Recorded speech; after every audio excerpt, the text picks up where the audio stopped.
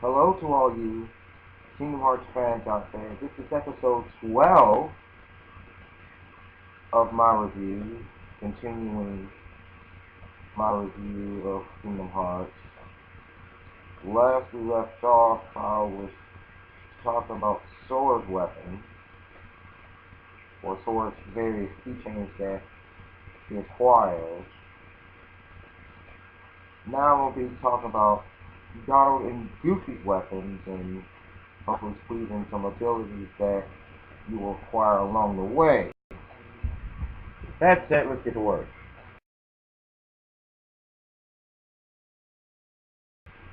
Now you don't have to worry about buying Donald and Goofy's initial equipment weapons because they already come equipped with it.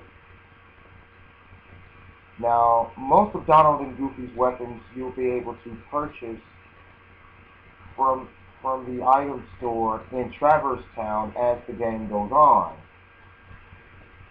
Others have to be won through various tournaments, through various tasks and whatnot. Starting off with Donald, who is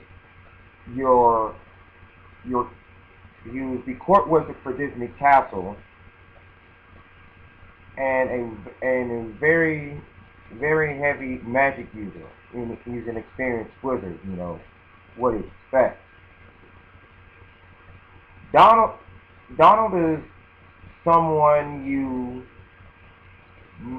might want to try and keep on the back burner, on the back line as close as possible if the battle system was the same as it was in Final Fantasy VII, or maybe Final Fantasy VIII to a point.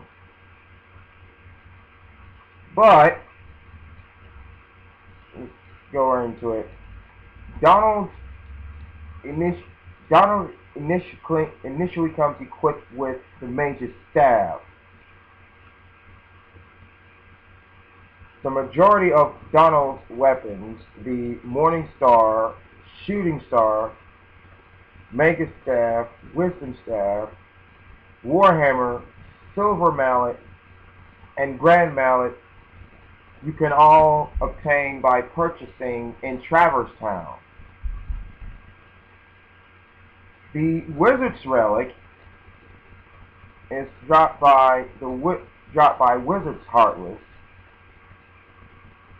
and there's basically a 1% chance that the Wizards actually drop it. So you would have to equip basically your entire party with the Lucky ability to increase your chances of actually acquiring the Wizard's Relic. The Lord Fortune you acquire after obtaining all of the summons and speaking to the Fairy Godmother. That is, after you get all the summons. The Dream Rod you obtain after obtaining all level 3 spells, then talking to Merlin. The Violetta you obtain after activating the White Trinity in the Olympic Coliseum. Both the Meteor Strike and Fantasia are both Final Mix exclusives. The Meteor Strike you obtain by obtaining in the chest at the end of the world. I'm not sure exactly where, but it's in the Final Mix.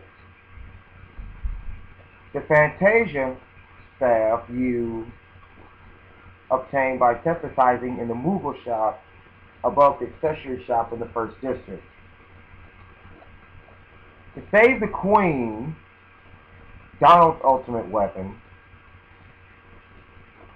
can only be won by winning the Hades trial, by winning the Hades Cup using just Sora by himself.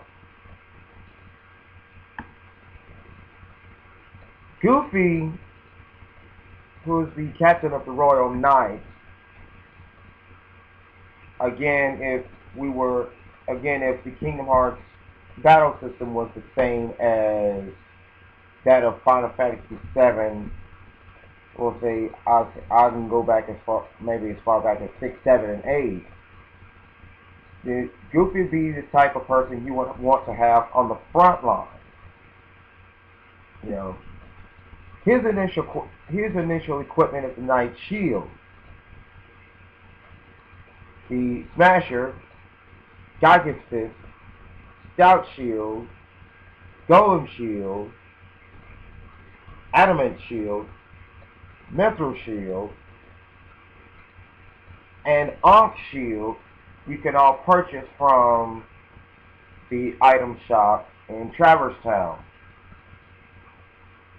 The Herc Shield, which I've mentioned during the walkthrough of the world, you acquire after completing the Hades Cup.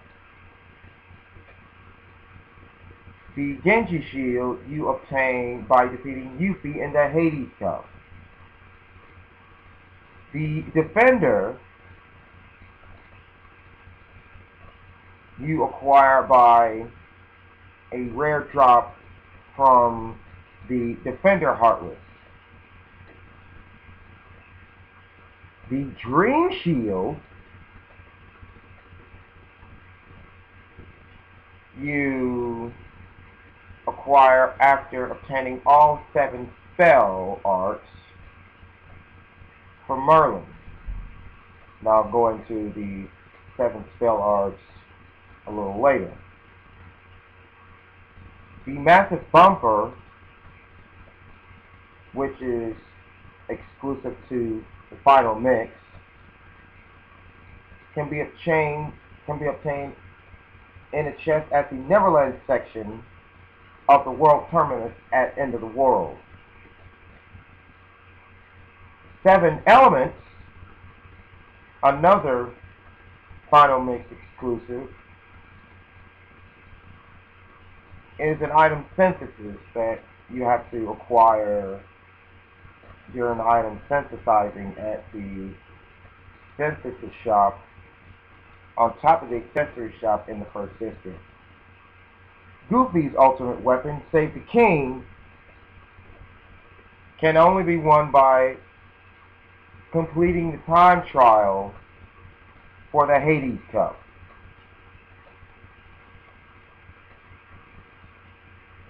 Now, as far as the other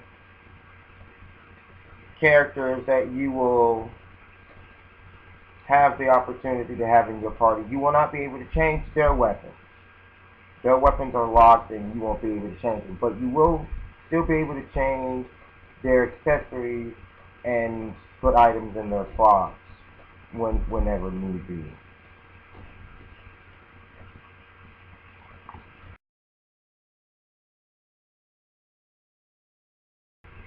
Now, the next section of my walkthrough of Kingdom Hearts is going to deal with some secret bosses that are in this game.